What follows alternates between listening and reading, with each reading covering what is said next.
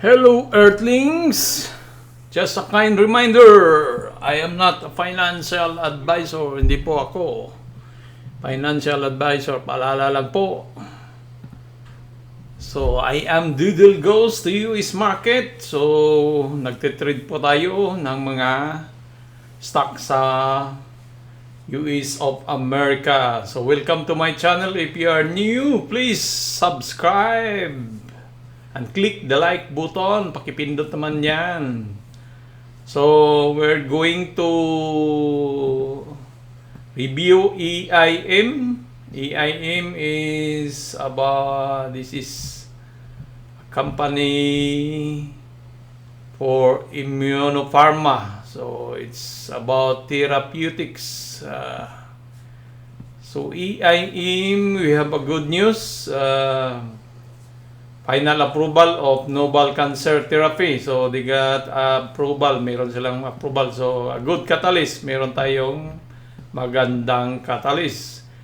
EIM is having a free float of 4 million. So, there is a possible that we will hit this 2.48.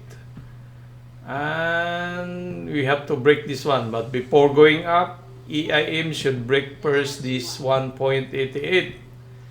If EIM will hold this 1.41, so that would be chance. If not, it will fall. So we have to break this one. This is our price target for EIM. So let us check the forecast. Is having a forecast of 21. I think this is outdated. So parang luma yan kasi nagkaroon ng reverse split I think they have this reverse split, which is a good reverse split actually. It is not a reverse, it is 9/0. So maganda siya na so trading at 1.62. And let us check the technical analysis.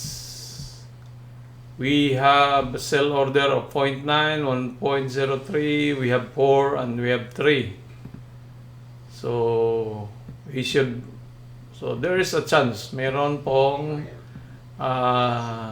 check natin sa we'll check from the Yahoo Finance, how does it look like. So, but the Yahoo Finance, it's bleeding. It's pumupula. Because we have already reached 233.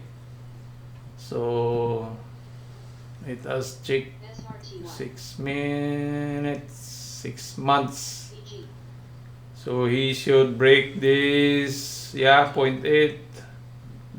So, that's EIM. He should break this 1.88. If not, it will pull back and he should hold this 1.41. Kailangan niyang mapigilan dito. Pag hindi, babagsak yan siya dito. So, we'll have wait and see. We're almost 20 minutes before the open market.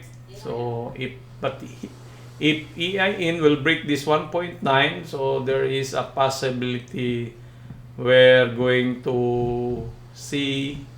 If you can see here, there is a imbalance or gap between this area. There is a gap. So, mayroon pong gap dyan, banda na yan. So, maaari pong matrigger yan. Pwedeng. So, if this, because of the news, there is a possibility we'll be seeing somewhere here in this, if, again, if she will break this 1.9. If not, there might be a possible that it will go back to this one. But we have a support here of 1.41. If EIM will maintain this one, so again. So we'll see. Watch and see. So titingnan lang natin to. Baka hahataw to ng So that is our EIM. So see you. Good luck to all. Adios mi amigos, mi amigas, babus.